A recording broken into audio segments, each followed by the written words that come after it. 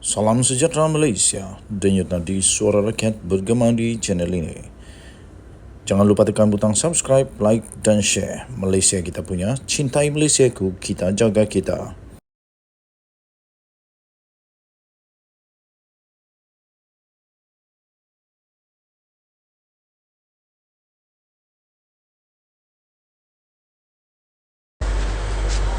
Salam sejahtera Malaysia, denyut nadi suara rakyat bergema di channel ini. Selamat petang tuan-tuan dan puan-puan yang dihormati sekalian. Tidak lama lagi, negara Malaysia akan menyaksikan satu lagi proses demokrasi di Malaysia akan dijalankan melalui pilihan raya negeri di 6 buah negeri di semenanjung Malaysia. Maka dengan itu pastinya semua orang pasti sedang berusaha untuk berkempen sebaik mungkin untuk menawan hati para pengundi dimanapun mereka berada. Walau bagaimanapun, ada satu berita yang baru saja diterima yang pasti mengejutkan seluruh Malaysia.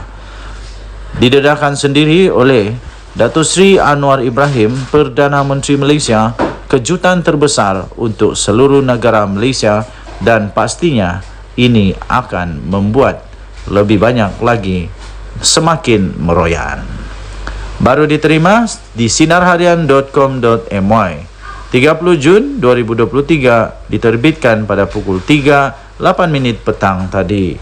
Tajuk berita, Anwar dakwa terima ugutan daripada geng penyakau besar. Berita penuh Permatang Pau. Perdana Menteri Datuk Seri Anwar Ibrahim mendedahkan telah menerima ugutan-ugutan daripada geng penyakau besar selepas kerajaan pentadbirannya bertekad untuk menghapuskan rasuah dan menyelamatkan negara daripada tindakan individu-individu yang merompak kekayaan negara. Beliau berkata, Datuk Seri Anwar Ibrahim berkata, beliau tiada masalah dengan ugutan yang diterima. Malah beliau terus bertekad untuk mempertahankan prinsip melawan rasuah dan salah guna kuasa. Kata Yang Amat Berhormat Perdana Menteri Malaysia ini, macam-macam ugutan saya terima. Geng-geng kaya raya ini dah berpakat. Saya tak ada masalah. Itu kerja dia, kata Datuk Seri Anwar Ibrahim.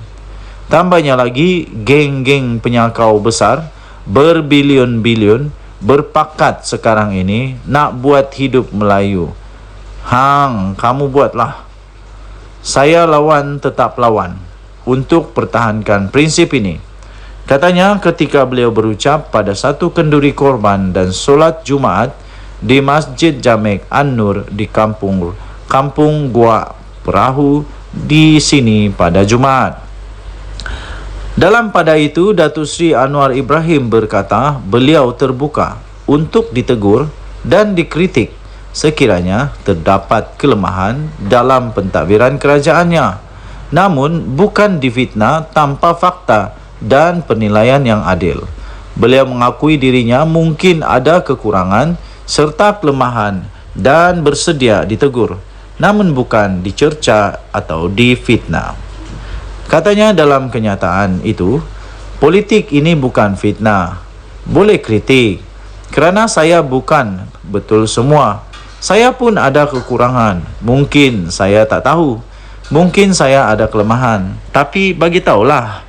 Tapi untuk mencerca dan fitnah, ini tak boleh. Tidak kira siapapun, Cina atau Melayu, pakai kopiah atau pakai kot, ini tak boleh, katanya dalam kenyataan tersebut. Beliau turut mengulas dakwaan Perjanjian Sempadan Maritim Malaysia-Indonesia yang ditandatanganinya bersama Presiden Indonesia Joko Widodo pada 8 Jun yang lalu membabitkan blok perairan itu sebagai fitnah dan tidak benar. Jelasnya, beliau tidak pernah menandatangani sebarang perjanjian maritim dengan Indonesia, membabitkan blok Ambalat berikutan tidak bersetuju dengan tuntutan yang dikemukakan Indonesia dan begitu juga dengan Indonesia yang tidak bersetuju dengan tuntutan Malaysia. Katanya, jadi yang itu tangguh, yang lain kita tanda tangan, tapi belum ada fakta. Ini di luar sana ada yang mengatakan seolah-olah Anwar ni seorang Perdana Menteri yang khianat dan jual kepentingan negeri kita. Katanya dalam kenyataan tersebut. Denyut nadi suara rakyat bergema di channel ini. Jangan lupa tekan butang subscribe, like dan share. Malaysia kita punya, cintai Malaysia aku. Kita jaga kita. Kita jumpa lagi. Selamat petang Malaysia. Selamat malam. Bye-bye.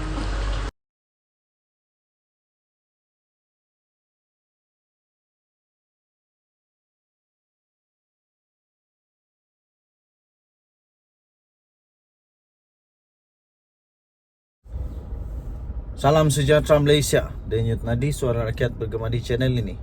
Perkara yang paling dahsyat pernah saya baca adalah perkara ini, saya fikir. Bayangkan 44 juta ringgit tunai. Berapa banyak tu? Cuba kamu komen, mana tahu ada yang kerja bank kah, kerja memang accountant kah, kerja memang dealing with money, cash money. 44 juta cash ni berapa banyak? Mana tahu kamu ada pengalaman, cuba komen. Berapa banyak 44 juta ini? Berapa bag? Cukupkah satu kereta? Tapi memang betul, pelik tapi benar. Tapi ini sudah terjadi.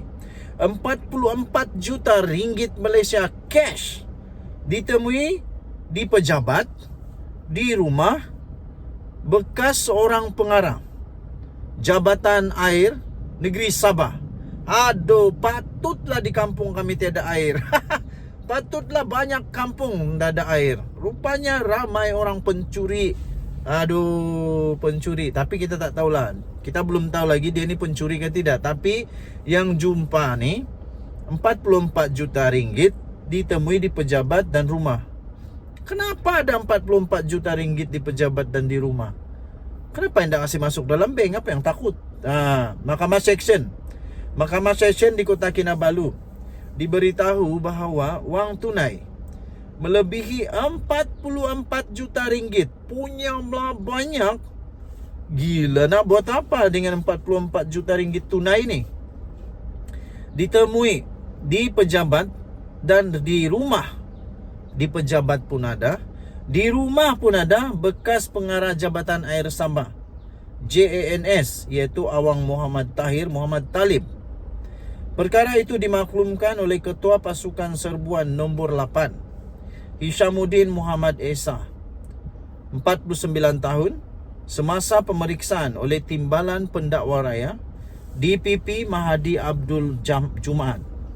Hishamuddin memberikan keterangan itu sebagai saksi pendakwaan ke-40 di hadapan Hakim Abu Bakar Manat dalam perbicaraan untuk skandal rasuah terbesar di Sabah itu. Beliau berkata lebih 23 juta tunai ditemui semasa di serbuan di pejabat Awang Tahir, AG Tahir, pada 4 Oktober 2016 di Wisma Muiz. Bayangkan di pejabat ada 23 juta ringgit. Aduh, banyaknya. Yang hairan di pejabat tu, staf dia tidak tahu kah? Macam mana duit 23 juta itu ada di pejabat?